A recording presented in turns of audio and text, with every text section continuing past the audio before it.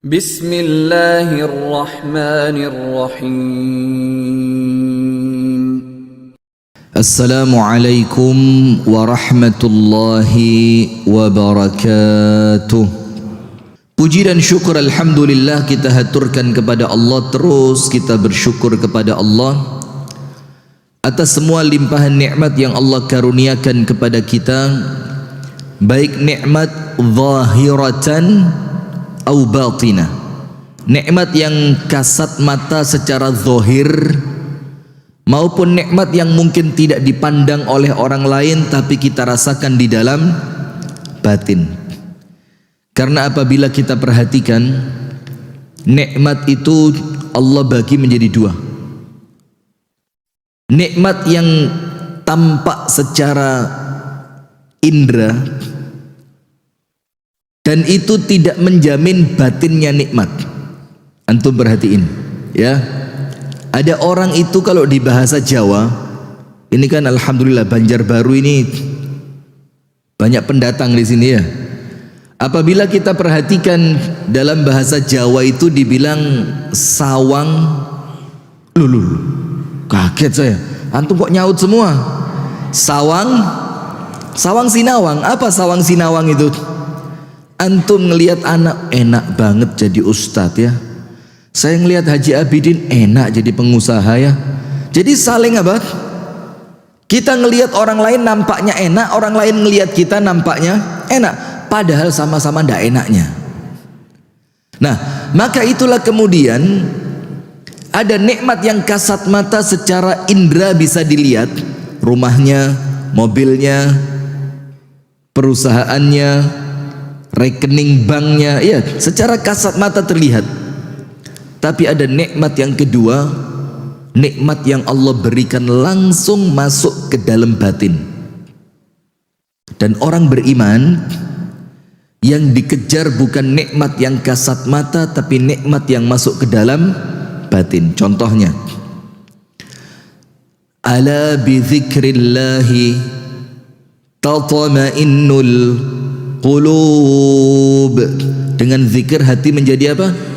Tenang.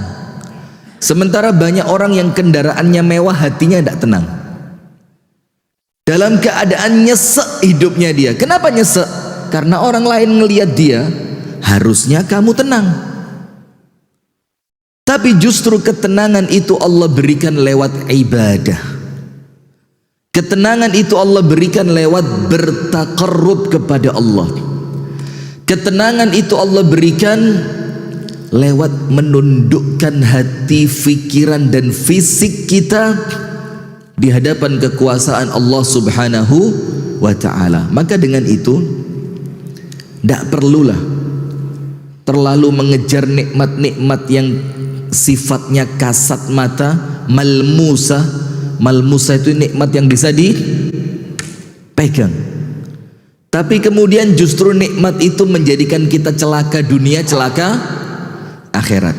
Maka mendingan nikmat kasat matanya biasa saja, tapi nikmat batinnya luar biasa. Siapa di dunia ini manusia yang hidupnya paling bahagia? Siapa? Nabi besar Muhammad sallallahu alaihi wasallam. Rumahnya besar atau kecil? Besar atau kecil? Kecil. Makanannya mewah atau sederhana? Bahkan Nabi Muhammad itu pernah mengatakan apa? Ni'mal idam al-khal. Apa artinya? Lauk terenak itu cuka. Bukan karena cuka itu enak, bukan. Ketika Rasulullah makan roti dan kemudian tidak ada yang digunakan untuk melunakkan roti itu, yang ada cuma apa? Cuka. Maka mengatur mindset, keberatan bahasanya ya. Maka mengatur pola pikir bagaimana cuka yang kecut ini bisa menjadi sesuatu yang paling enak. Dan untuk menyenangkan istrinya supaya istrinya tidak berkecil hati, dan dalam rangka mensyukuri nikmat apa yang Allah beri. sampai ketika di depannya itu cuka, apa Rasul katakan? Ni'mal idam al-khal. Lauk terenak itu cuka. Dan saya jadi ingat waktu awal-awal kami mondok dulu tahun 90-an, tahun 96 di kota Malang sana. Itu setiap makan pagi tidak pernah lain dan tidak bukan lauknya apa? Tempe goreng. Antum tahu setipis apa? Itu saking kreatifnya ibu dapur itu. Itu kalau motongin tempe setipis ini. Lebih pantas dibilang keripik tempe dibanding tempe goreng. Kemudian nasinya anget dan ada sambelnya. Kemudian kita punya mudir itu kan apa? Kalau bahasa pondok tradisional itu kiai di pondok gitu kan. Beliau keliling masuk ruang makan. Beliau pukulin itu meja-meja makan kita. Tempe rasa sate, tempe rasa sate, tempe rasa sate, tempe rasa sate. Itu tempe tetap rasa tempe. Cuma kemudian beliau mensugesti kita kan, jadi mindsetnya diatur. Ini walaupun tempe, tapi kalau kalian fikirkan nikmat ini luar biasa, maka akan nampak nikmatnya seperti makan sate. Nah maka kita begitu hadirin. Betapa banyak orang yang tidak punya duit, tapi tiap hari ketawa, ketiwi, bahagia, kesana makan, kesini makan, ketemu di rumahnya orang tenang. Dan betapa banyak yang sebaliknya. Iya benda. Nah maka kita bersyukur kepada Allah atas semua nikmat yang Allah berikan, baik nikmat itu secara zahir maupun nikmat secara batin. Kemudian berikutnya, salawat beriring salam semoga senantiasa tercurahkan kepada penghulu manusia terbaik, yaitu Nabi besar Muhammad sallallahu alaihi wasallam, di mana Nabi besar Muhammad sallallahu alaihi wasallam ini ma khuyyira baina ithnain illa ikhtara aisarahuma ma lam yakun ithma. Nabi Muhammad itu paling penyayang kepada umatnya. Maka saya aneh kalau sekarang ada dai-dai itu yang nampaknya memberatkan umat. Padahal penghulunya para dai itu tidaklah diberikan dua pilihan kecuali milih yang paling mudah selama tidak mengandung dosa. Kalau kita sekarang enggak. Kalau buat diri sendiri yang mudah, kalau buat orang lain yang susah-susah. Padahal Nabi Muhammad itu dibalik, untuk dirinya keras, tapi untuk orang lain dimudahkan.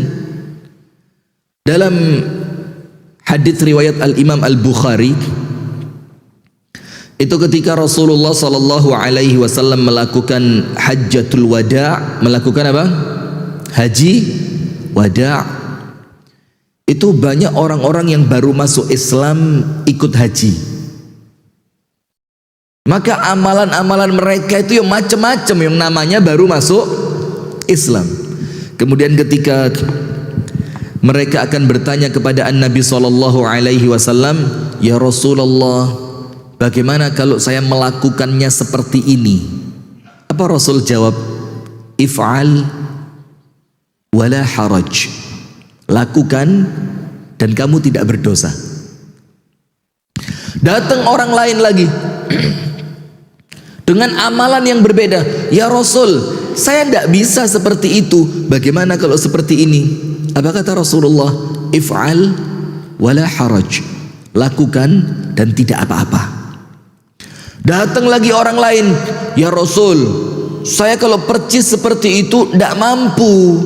Bagaimana kalau saya tawar dikit seperti ini?" Apa Rasul katakan? "If'al wala haraj." Lakukan dan kamu tidak berdosa.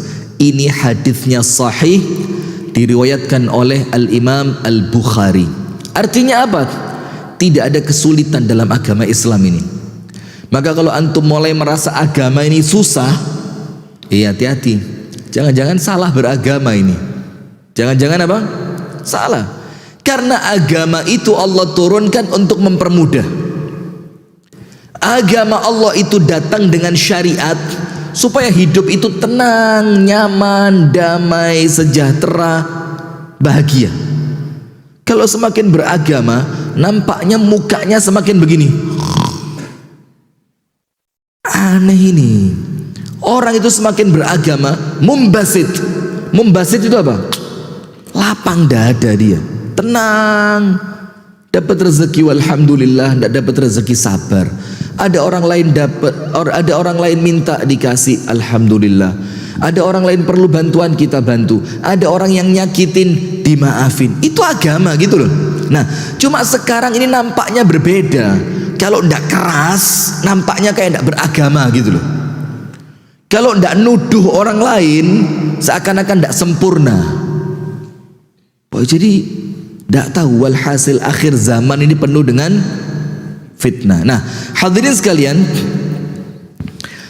yang dirahmati dan diberkahi oleh Allah Subhanahu wa taala, pemirsa Madani TV dimanapun Anda berada, dan pendengar radio dakwah syariah Solo 101,4 FM dimanapun Anda berada, dan ibu-ibu dan bapak-bapak jamaah Masjid Hajah Nuriyah Banjarbaru Kalimantan Selatan yang semoga dimuliakan oleh Allah Subhanahu wa taala.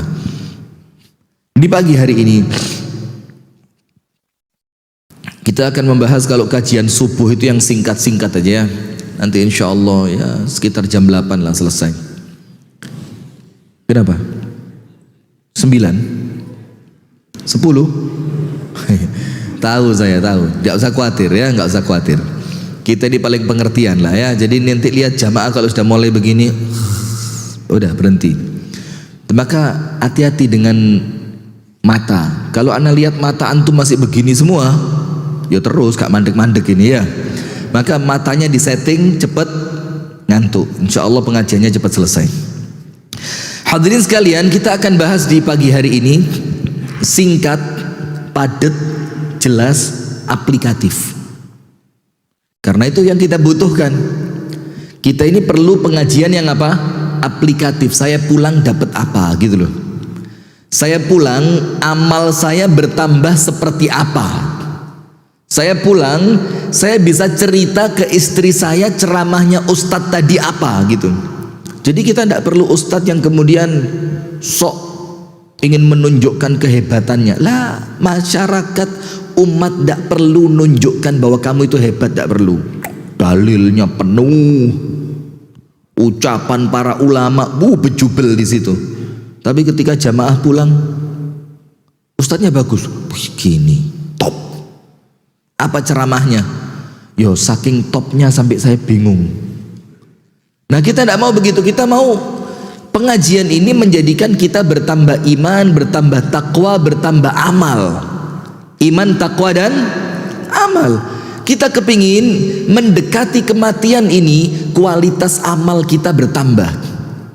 Kita ingin mendekati kematian ini, kualitas iman dan takwa kita kepada Allah semakin sempurna. Nah itulah fungsi majelis taklim ini. Jadi majelis taklim itu bukan ngenak-ngenakin telinga, enak, retorikanya bagus. Majelis taklim ini bukan ngenak-ngenakin mata dengan lighting segala macam, kamera yang bagus muncul di televisi lah. Kita duduk di majelis taklim ini, kita mau lebih dekat dengan Allah. Kita mau semakin kenal dengan Allah. Kita mau semakin termotivasi untuk meraih akhiratnya Allah. Nah begitu. Nah maka di pagi hari ini insya Allah betul-betul singkat ini, enggak serius singkat insya Allah. Sampai syuruk insya Allah ya. Syuruknya jam berapa? 7:04. Jam 6 lewat 35-an, 30-35 lah sekitar itu. Kita mau bahas apa? 1, 2, 3 sumber keselamatan. Jadi ada 3 sumber yang insya Allah akan memunculkan untuk kita keselamatan dunia, dan kebahagiaan akhirat. Di dunia selamat, di akhirat bahagia. Kita mau sampaikan tentang ini. Bagaimana kemudian kita mendapatkan selamat? Ya Rasul, kita ini kepingin selamat. Kita ibadah carinya apa? Cari selamat dunia, selamat akhirat. Kita bersedekah kepingin selamat dari api neraka, betul tidak? Bahwa dikatakan bahwa sedekah itu memadamkan kemurkaan Allah. Kita kepingin ketika kita sholat tahajud, itu Allah memandang kita dengan rahmatnya.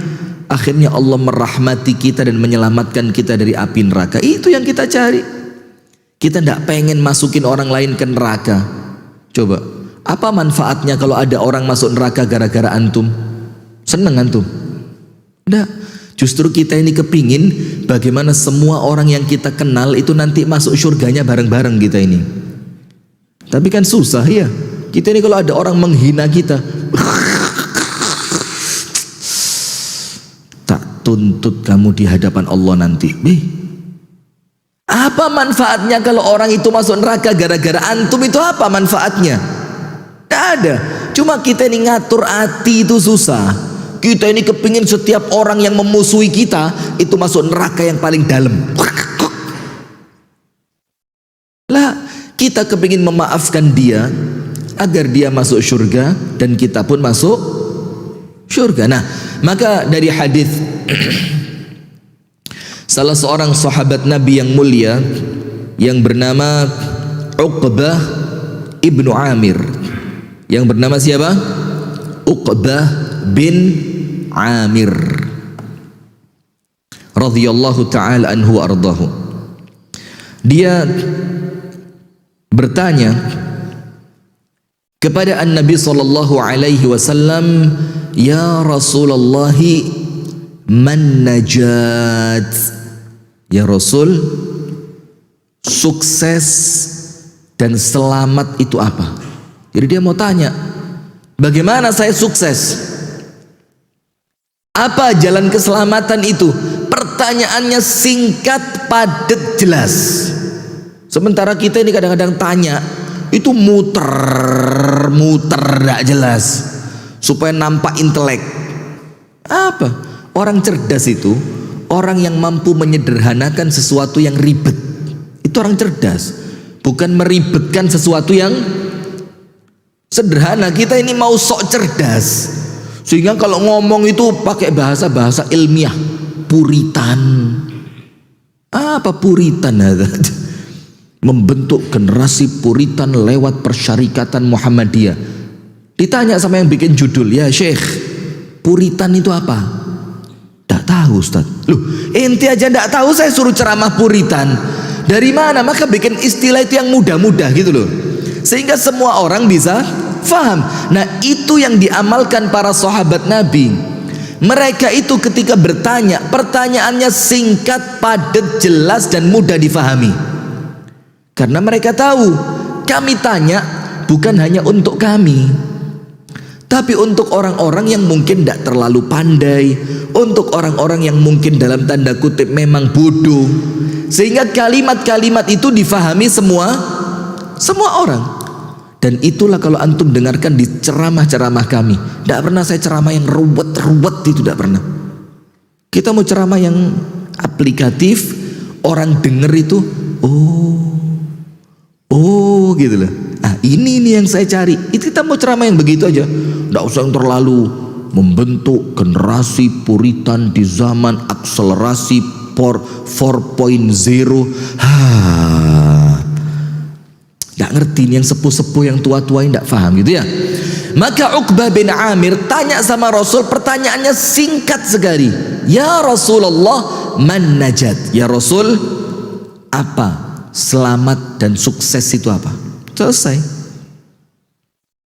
Dan Rasulullah Shallallahu Alaihi Wasallam itu memiliki mukjizat. Salah satu yang namanya apa? Jawami'ul kalim. Apa namanya? Jawami' al-kalim. Jawami'ul kalim. Apa jawami'ul kalim itu? Ucapannya singkat, bermakna padat. Sampai antum tahu Imam Syafi'i.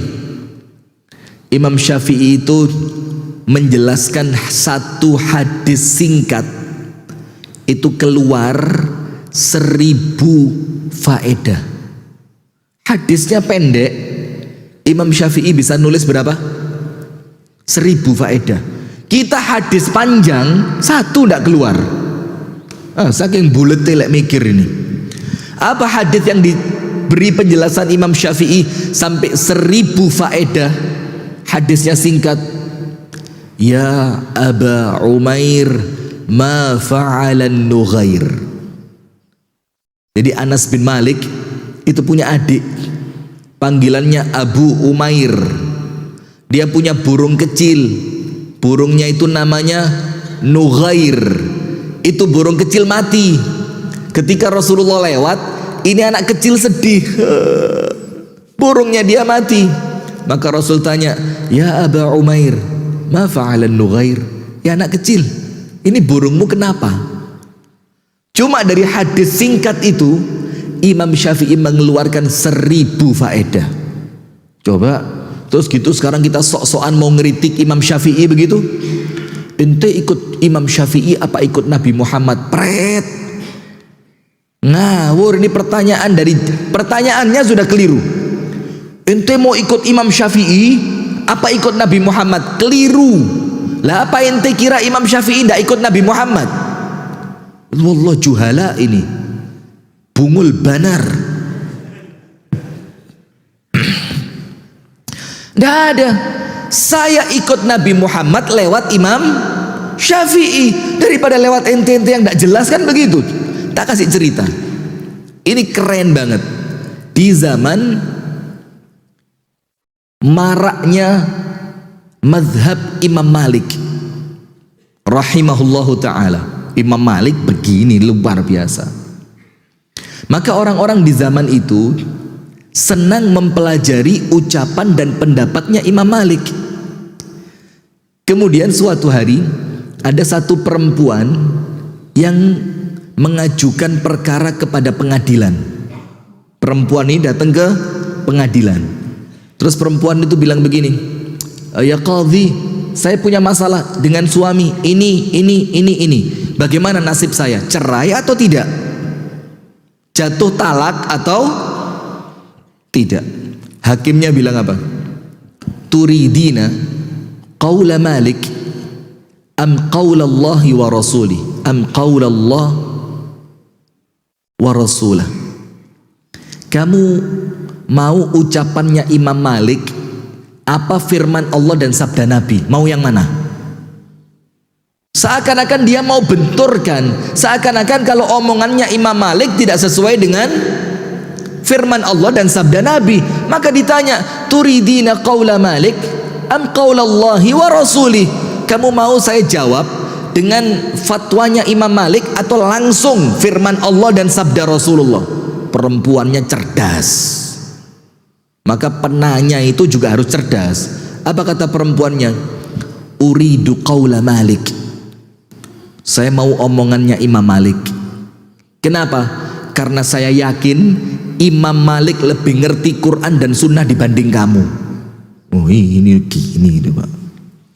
Jadi kalau kamu langsung Quran Sunnah, belum tentu pemahamannya benar. Sementara saya yakin Imam Malik lebih ngerti Quran Sunnah dibanding kamu. Sehingga ketika kamu tawarkan mau omongannya Malik atau Quran Sunnah, saya bilang omongannya Imam Malik, karena saya yakin Imam Malik lebih Quran Sunnah dibanding kamu. Begini. Jadi kita ini sekarang dibentur-benturkan. Seakan-akan kalau ikut ulama mazhab itu tidak sesuai Quran Sunnah gitu loh. Seakan-akan itu langsung disuruh masuk kepada Al-Quran dan As-Sunnah. Kita siapa? Faham hadirin? Nah, maka Rasulullah memiliki yang namanya Jawami'ul Kalim. Memiliki apa? Jawami'ul Kalim. Apa itu Jawami'ul Kalim? Jawami'ul Kalim itu kalimatnya singkat tapi maknanya padat. Tapi tidak semua orang ngerti. Berikan kepada orang-orang yang betul-betul mengerti, maka akan dikeluarkan untuk antum dari singkatnya sabda Nabi itu faedah yang besar. Contohnya Imam Imam Malik atau Imam Syafi'i. Nah, apa jawabannya Nabi Muhammad? Ya Rasulullah, man najat, selamat atau sukses itu apa? Rasul bilang apa? 3 perkara. Ada berapa? 3. Nomor 1, An-Nabi sallallahu alaihi wa alihi wa sahbihi wasallam. Pemirsa Madani TV dimanapun anda berada, dan pendengar RDS Solo 101,4 FM dimanapun anda berada, yang pertama Rasul katakan selamat dan sukses itu amsik alaika lisanak. Antum tahu bahasa Arabnya amsik itu Indonesianya apa? Begini, ini memegang, ini apa? Memegang. Amsik bagaimana? Bukan megang. Amsik itu begini, menggenggam dengan erat.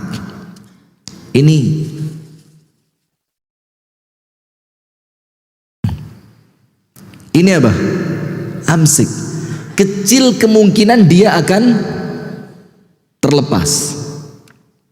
Maka berpegang teguh dengan sunnah itu bukan memegang, tapi apa? Tamassuk bis sunnah. Tamassuk itu apa? Nah begini, ketika Rasul mengatakan tentang keselamatan, Rasul bukan ngomong ihfaz lisanak, jaga lisan, lah. Karena menjaga itu nampaknya masih kurang pas, kurang keren, kurang keras gitu loh. Untuk urusan lisan, Rasul bilang apa? Genggam erat lisanmu. Nah ini ibu-ibu ini, bu, ada lambe-lambe itu. Ikut enggak bu? Yang ada di Instagram itu lambe apa itu? Lambe nyonyor atau apa itu? Kalau bahasa Banjarnya muntung. Oh ya, isinya semuanya gosip. Ibu-ibu follow enggak? Bu, jujur follow enggak? Kalau follow harus segera unfollow, ini hati-hati. Dituntut sama Allah di hari kiamat kalau meninggal belum sempat tobat. Masa kuota HP digunakan untuk nonton gosip, bu? Bu, apalagi wifi gratis masjid. Masuk masjid cari wifi gratis, yang dibuka apa? Gosip artis terkini. Bu, itu malaikat kalau nyabut nyawa seketika itu, waduh, hancur dunia, hancur akhirat itu ya bu ya. Sudah tobat atau belum bu? Ibu-ibu, bu, pian mendengarakan atau guring lah, bu? Oh, protes demo. Tenang, enggak usah teriak-teriak. Ya Allah, takut saya di sini. Ya Allah. Nah, sudah. Maka Rasul mengatakan keselamatan yang pertama, amsik alaika lisanak. Pegang erat lisanmu, jangan dilepas. Artinya apa? Jangan pernah berbicara kecuali yang baik. Sampai disebutkan dalam satu hadis, tapi kemudian hadis ini oleh Syekh Al-Albani dikatakan dhaif. Tapi ulama-ulama hadis yang lain ada yang menghasankannya. Apa itu? Orang beriman itu dia berbicara sesuatu yang setelah berbicara dia tidak perlu minta maaf setelahnya. Astagfirullahaladzim. Iya, ini sensitif banget suara ini. Saya 2. Pengajian itu sensitif kalau ada jam digital begini, atau ada panitia megang kertas terus nulis. Sebelumnya biasanya apa? Ustadz, waktu tinggal 5 menit. Aduh, itu sensitif. Saya kalau ada panitia megang kertas itu di hati ini kayak oh ya, oh, jangan pegang gitu. Rasanya begitu. Sudah, lanjut aja. Saya lanjutkan ya. Dan yang ada kepentingan, misalkan harus segera masuk kerja, harus segera masuk kantor, dengan senang hati Anda bisa meninggalkan tempat ini dan tidak mengurangi hormat kepada kami. Santai aja ya. Jadi yang bisa ada waktu luang, duduk, yang kemudian merasa ada keperluan yang harus segera pergi, tidak apa-apa. Insya Allah tidak mengurangi keutamaan majelisnya ya. Dan Anda bisa mendengarkan lewat live tayangan Madani TV. Nah kemudian dikatakan dalam hadis tadi, orang beriman itu ketika berbicara dia tidak perlu minta maaf setelahnya. Kenapa? Karena dia yakin omongannya benar dan baik, baik dan benar. Sementara orang munafik itu lisan, di belakangnya akal. Jadi ngomong dulu baru aduh, kenapa saya ngomong gitu tadi? Itu orang munafik. Kalau orang beriman, ini lisan diletakkan di belakang akal. Sebelum dia ngomong, diapain? Dipikir. Bahkan antum tahu enggak dalam kisah para salaf? Para salaf itu ada kisah yang sangat menarik. Ada satu orang di kalangan salaf itu mulai bangun tidur, krek, sampai nanti malam mau merem lagi, kep. Itu omongannya dia bisa dihitung dengan jari. Subhanallah. Kita bisa? Jangan bangun tidur sampai tidur.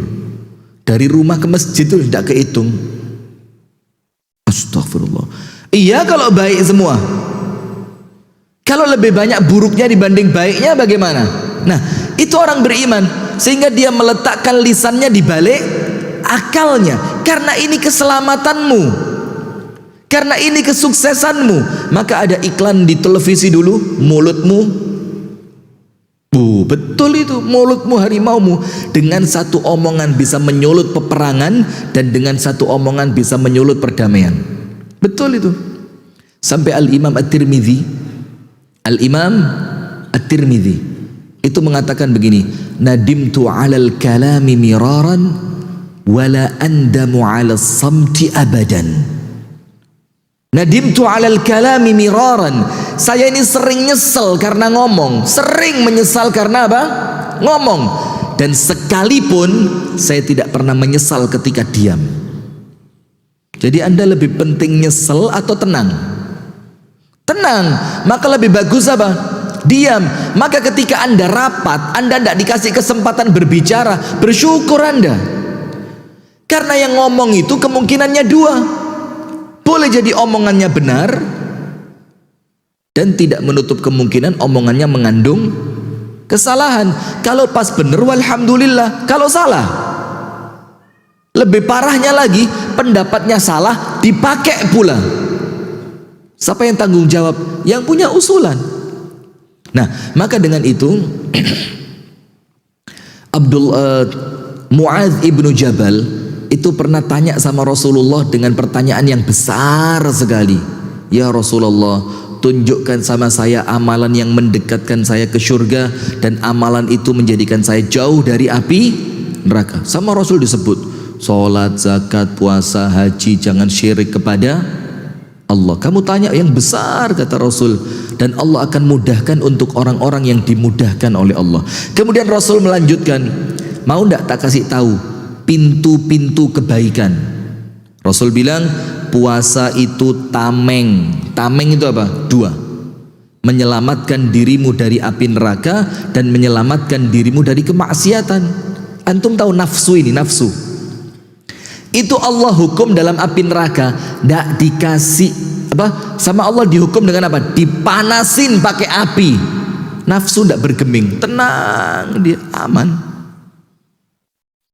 Allah semprot dia dengan suhu yang sangat dingin sampai membeku, tenang dia, tidak merasa kapok.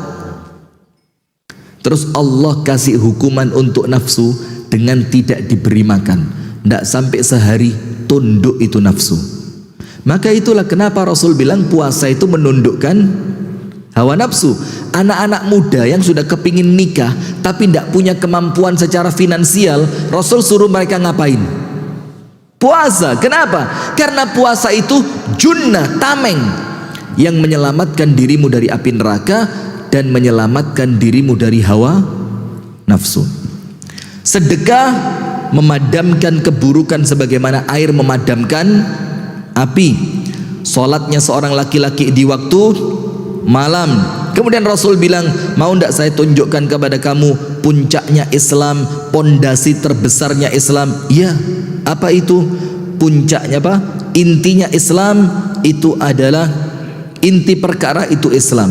Tiangnya adalah salat. Kemudian pondasi penguatnya adalah jihad.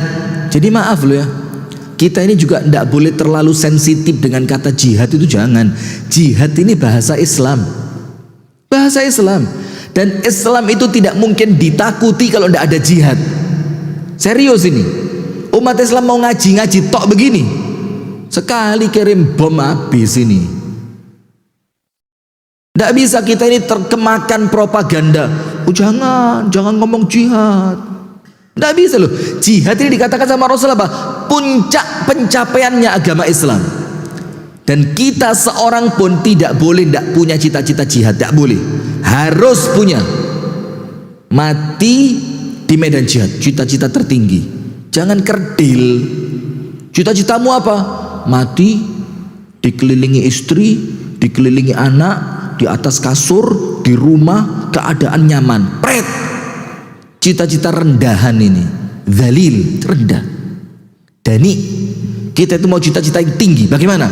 Mati di medan perang, mata lepas, hidung hilang, tangan hilang satu. Begitu, itu matinya orang berjuang di jalan Allah. Tapi ingat, jihad ya ada yang jihad-jihatan, bukan jihad beneran. Tidak ada apa-apa ngebom, tidak ada apa-apa membunuh orang. Nah, ini ngawur. Kalau betul-betul jihad, ayo bismillah gitu loh. Nah, kemudian Rasulullah bilang begini, ala ukhbiruka bimilaki dzalika kulli. Ini intinya, dengerin. Ini apa? Intinya. Setelah Rasul cerita tentang syahadat, sholat, zakat, puasa, sedekah, sholat malam, puasa, gitu kan? Rasul bilang apa sama Mu'adz? Ala ukhbiruka bimilaki dzalika kulli. Mu'adz, mau ndak tak kasih tahu kunci yang apabila kalian pegang kunci itu, semua kebaikan kalian pegang. Kuncinya cuma satu. Kalau yang satu ini kita bisa, semuanya kita ambil.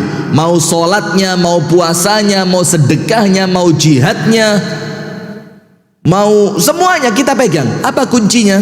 Rasul mengatakan, kuffa alaika hadza. Rasul bilang apa? Kuffa alaika hadza. Apa artinya? Kuff itu tahanlah. Tahanlah olehmu. Apa ini? Tahan betul. Ditahan. Jangan dilepas sesukanya sendiri. Ada orang ngapain dikomentarin, ibu-ibu ya, bu, ada perempuan jilbab sama gamisnya nggak matching, dikomentarin. Ibu-ibu, bu, guring kah? Hah? Guring aja gak ada apa-apa? Bulik gak ada apa-apa? Sudah ya, lanjut. Nah, maka Rasul katakan, kuffa alaika hadza, tahanlah lisanmu. Artinya apa? Setiap hari, dalam hadis yang lain, itu seluruh tubuh kita itu mencela lisan. Tahu enggak hadisnya? Semua tubuh kita ini, telinga, mata, pikiran, hidung, tangan, kaki, jantung, ginjal, paru-paru, limpa, semuanya itu setiap hari dia mencela lisan. Dibilang apa? Waihak, celaka kamu. Idza istaqamta istaqamna. Kalau kamu lurus, kami lurus. Wa idza i'wajajta i'wajajna. Tapi kalau kamu bengkok, kami ikut bengkok. Apa itu? Kalau lurus kita lurus, kalau bengkok kita bengkok. Apa? Lisan. Nah, maka sampai saking pentingnya lisan, sampai Allah bilang itu, wa ma yalfidhu min qaulin illa ladaihi raqibun atid. Dan tidaklah kemudian terucapkan oleh kalian satu lafaz Bukan satu kalimat, satu apa? Lafaz. Illa ladaihi, kecuali dari satu lafaz yang kalian ucapkan, raqib, Allah kirimkan malaikat yang mengawasi, atid, Allah kirimkan malaikat yang mencatat. Sampai Rasul bilang, barang siapa beriman kepada Allah dan hari akhir, hendaknya berbicara yang baik atau lebih bagus diam. Itu dipegang, Pak. Bukan cuma dimengerti, dipegang. Kalau dirasa tidak baik, tapi ya memang susah ya. Nah, itu yang pertama. Sumber keselamatan yang pertama, amsik alaika lisanak. Jagalah apa? Lisanmu. Pegang erat lisanmu. Yang kedua, wal yasa'ka baituk. Apa wal yasa'ka baituk itu? Jadikan rumahmu terasa wasi'. Wasi' itu apa? Luas. Ini masjid Masya Allah. Dan saya keliling di Kalimantan Selatan ini, masjid-masjid Muhammadiyah tidak ada yang kecil. Subhanallah walhamdulillah. Dan jamaahnya Masya Allah antusias seperti antum semua. Dan semuanya usia 17 ke bawah semua. Bagus ini pencapaian luar biasa ini. Iya, bagus. Ya tidak apa-apa lah, umur katakan 60 semangat 17 gitu loh ya. Apa umur 60 semangat 17. Nah sudah. Yang kedua, jadikan rumahmu terasa apa? Terasa luas. Maksudnya apa? Yang betah di rumah. Ini saya di Kalimantan Selatan beberapa hari, tiap malam sama beliau berdua itu, sama Pak Haji Abidin juga, mau cari warung kopi. Kita mau ngopi karena terlanjur kebiasaan. Justru kalau nggak ngopi tidak bisa tidur. Jadi malam itu panik kita, bingung cari kopi. Mana kopi ini? Dan ketika kami di Jawa, itu warung kopi di pinggir jalan tidak ada berhentinya. Sampai setengah 2, sampai jam 3. Kita ke Kalimantan Selatan, susah cari warung kopi. Dan itu antum syukuri. Serius ini. Itu antum syukuri karena apa? Kalau warung kopi menjamur, kafe-kafe menjamur, dan itu bukanya ba'dal isya, maka menjadikan orang apa? Tidak betah di rumah. Dia pengen duduk sama temennya di warung kopi nyeruput kopi. Dia pengen jalan-jalan dengerin musik di warung kopi. Dia pengen sekedar santai-santai sama temen di warung kopi. Dan itu kami dapati di daerah Medan, Aceh. Wih, itu seru banget. Tidak ada orang tidur malam. Warung kopi. Dan itu kopinya betul-betul kopi gitu loh. Bukan karena kopi itu digiling bukan digunting. Paham maksudnya ya? Jadi kita ini kadang-kadang keliru, ngopi yuk gunting. Bukan kopi ada. Kopi itu digiling, keluar, tuang air panas, itu kopi, bukan. Maaf, kita beda selera ya. Nah, sudah. Apa yang terjadi hadirin? Maka dikatakan oleh An-Nabi SAW, jadikan rumahmu terasa luas, yang betah di rumah. Kenapa? Rumah itu sumber keselamatan. Karena di luar rumah ini fitnah. Betul fitnah. Kita keluar rumah, bisa maksa semua perempuan pakai jilbab? Bisa? Tidak bisa. Bisa maksa semua orang kemudian tidak ganggu kita? Tidak bisa. Keluar rumah itu kita sedang menawarkan diri kita untuk dicatat oleh malaikat pencatat dosa. Serius ini. Satu langkah keluar rumah, tetangga sebelah nyabu tidak pakai jilbab, dosa sudah. Lagi lewat di pinggir jalan, ada perempuan lagi tidak pakai nutup aurat dengan sempurna, dosa lagi. Jazakumullah khair. Susah, memang susah. Nah, maka keselamatan kita itu di dalam rumah kita. Benteng kita itu apa? Rumah kita. Bahkan ibu-ibu perempuan, hijab terbaiknya perempuan itu bukan cuma jilbabnya, tapi tembok rumahnya. Itu hijab terbaiknya perempuan. Sampai Allah katakan untuk perempuan apa? Waqarna fi buyutikun. Tetaplah kalian tinggal di rumah kalian. Sampai Rasul katakan apa? Ketika kalian dengar Dajjal sudah keluar, apa Rasul perintahkan? Ikat perempuan di rumah kalian. Perempuan itu ya bisa istri, bisa anak. Suruh ngikat. Kenapa? Karena paling banyaknya pengikut Dajjal siapa?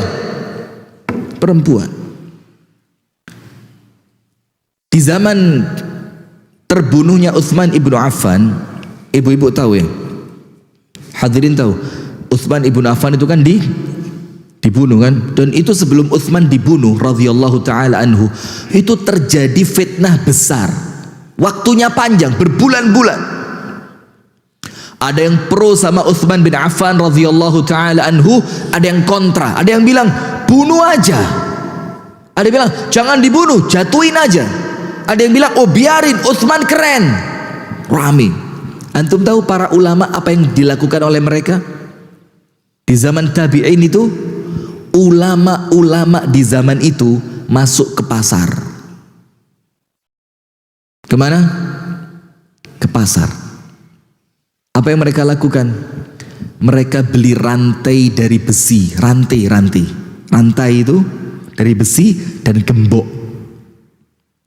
Kemudian mereka beli makanan untuk waktu yang cukup. Mereka pulang ke rumah, bahan makanannya dikasihkan kepada istri, dan dia ngomong sama istrinya, qayyiduni, ikat kaki saya dengan rantai besi ini dan gembok, buang kuncinya. Istrinya tanya, Walish, kenapa? Walima, kenapa? Dibilang apa? Junint, saya gila. Saya takut kalau saya keluar mencelakai orang lain. Ini gila yang waras ya ini. Saya apa? Gila, gembok kaki saya. Akhirnya digembok di tiang yang biasa dia nyimpen kuda. Sudah, sholat di situ, dia diambilkan air oleh istrinya, sholat, ngaji, zikir, doa, segala macam. Sampai dengar istrinya cerita, wahai suamiku, qutila Utsmanu zulman, Utsman ibnu Affan beritanya terbunuh. Apa kata suaminya? Tolong panggilin pandai besi. Loh kenapa suamiku? Suruh ngelepas rantai saya. Datang pandai besi, dilepas rantainya. Kemudian laki-laki dari kalangan tabi'in yang soleh dan alim itu berdiri. Ketika dia berdiri mengucapkan apa? Alhamdulillahilladzi najjani min fitnati qatli Utsman. Segala puji bagi Allah yang menyelamatkan aku dari fitnah terbunuhnya Utsman. Terus istrinya tanya, suami, kamu kan alim, ilmu kamu dibutuhkan untuk mencerahkan umat yang sedang terfitnah. Apa kata dia? Saya tidak ngerti. Kalau saya nanti keluar, saya ikut kelompok yang pro dengan Utsman atau yang kontra dengan Utsman. Karena fitnah itu menyambar luar biasa. Keselamatannya di mana? Di rumah. Maka jadikan rumah kita terasa nyaman. Tidak penting, tidak usah keluar, tidak usah di rumah ngaji, zikir. Kalau perlu bercanda aja sama istri, selesai udah. Serius ini. Jadi istri itu terkadang walaupun sedikit cerewet tapi menyelamatkan. Ini daripada kita keluar tidak jelas di luar. Nah, terus bagaimana Ustaz? Rumah saya jelek, tidak ada AC, tidak ada sofa. Dengerin. Rumah itu nyaman bukan karena fasilitasnya. Rumah itu nyaman karena siapa yang tinggal di dalamnya. Bener ini. Dengerin ya. Rumah itu nyaman bukan karena apa? Fasilitasnya, AC, shower, meja makan, microwave, segala. Tapi karena siapa yang tinggal di situ. Rumahnya Nabi Muhammad besar atau kecil? Kecil. Ada perabot mewah? Tidak ada. Tapi istrinya paling betah di rumah. Kenapa? Karena yang ada di rumah itu siapa? Nabi Muhammad sallallahu alaihi wasallam. Terus bagaimana bikin rumah kita walaupun tidak mewah tapi nyaman? Jadikan rumahmu tempat untuk ibadah. Sholat sunnah di rumah, ibu-ibu sholat fardunya di rumah, baca Al-Quran. Jadikan rumah majelis ta'lim, majlis, zikir. Jadikan penghuni rumah itu orang-orang yang taat kepada Allah. Malaikat masuk. Malaikat masuk. Setannya keluar. Karena setan itu tidak betah di rumah yang digunakan untuk ibadah. Tapi kalau di rumah kita ada kemaksiatan, setannya masuk, malaikatnya keluar, di rumah terasa apa? Tidak nyaman. Maka ketika masuk rumah doa. Apa fungsinya doa? Setan yang nempel di tubuh kita tidak bisa ikut masuk ke dalam rumah. Apa doa masuk rumah? Nah, mulai. Kita ini ngaji tinggi-tinggi, dosa masuk rumah masih. Apa doa masuk rumah? Bismillahi walajna, bismillahi kharajna, wa 'alallahi rabbina tawakkalna. Dengan menyebut nama Allah aku masuk, dengan menyebut nama Allah aku keluar, dan kepada Allah Tuhanku aku bertawakal. Itu setan yang mau ikut masuk, itu mental, boom, tidak bisa masuk dia. Akhirnya setannya bilang apa sama teman? Bah, malam ini tidak ada tempat tinggal buat kita, kita tidur di luar. Nah, kalau anda masuk rumah setan tidak ikut, itu istri walaupun jelek nampak bidadari. Tapi kalau masuk rumah setannya ikut, istri secantik apapun kok kayak pembantu begini. Na'udzubillah min syarri dzalik. Sudah. Maka yang kedua, kalau ingin selamat, apa yang dilakukan? Jadikan rumahmu terasa lapang. Jangan banyak keluar rumah, karena keselamatan kita di rumah kita. Terakhir, penutup. Apa sumber keselamatan yang ketiga? Wabki ala khati'atik. Tangisi dosamu. Tangisi apa? Dosamu. Pegang erat lisanmu. Rasakan rumahmu luas, yang betah di rumah, dan tangisi dosamu. Ingat, Rasulullah mengatakan bukan tangisi dosa orang lain, la. Wala taziru waziratun wizra ukhra. Tidak mungkin kita membebani orang lain dengan dosa kita, atau kita terbebani dengan dosa orang lain. Tidak ada. Dosa kita tanggung jawab siapa? Kita sendiri. Maka itu Rasul katakan tangisi dosamu. Rasul mengatakan 7 kelompok manusia yang akan Allah beri naungan ketika tidak ada naungan kecuali naungan yang datangnya dari Allah. Salah satunya apa? Rajulun dzakarallaha khalian fafadat aina. Laki-laki zikir kepada Allah sendirian, ingat dosa sampai air matanya menetes, dijamin selamat sama Allah. Ada 2 mata yang tidak akan disentuh oleh api neraka. Mata yang pertama, mata yang berjaga di jalan Allah, dan mata yang kedua, mata yang pernah menangis karena Allah. Ya Allah. Maka antum ini kalau tidak bisa nangis, nangiso. Tangisi ketidakmampuanmu menangis. Iya, tangisi ketidakmampuan anda menangis di hadapan Allah, karena itu musibah. Selama ketika anda bisa nangis, ya Allah dosaku besar ya Allah. Ya Allah, aku kalau tidak engkau jaga, hancur aku ya Allah. Ya Allah, aku perlu pertolonganmu ya Allah. Merasa lemah di hadapan Allah. Sampai nangis, 1 tetes keluar, selamat antum. Kenapa? Karena dosa itu akan mencelakai kalau kita tidak tobat, tidak istighfar. Terus bagaimana caranya biar dosa tidak mendatangkan celaka?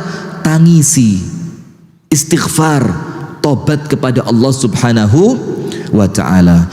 Itu hadirin yang dapat kami sampaikan. 3 sumber keselamatan dari hadis Uqbah ibnu Amir, yang ketika dia bertanya kepada Rasul, ya Rasul, apa keselamatan dan kesuksesan itu? Rasul katakan 3. Pegang erat lisanmu, betahlah berada di rumahmu, dan tangisi dosamu. Semoga ada manfaatnya. Kurang lebihnya mohon maaf. Hadanallahu wa iyyakum ajma'in. Jazakumullah kepada pemirsa Madani TV dan kepada pendengar RDS Solo 101,4 FM. Kita tutup dengan doa kafaratul majlis. Subhanakallahumma wa bihamdika asyhadu an la ilaha illa anta astaghfiruka wa atubu ilaik. Assalamualaikum warahmatullahi wabarakatuh.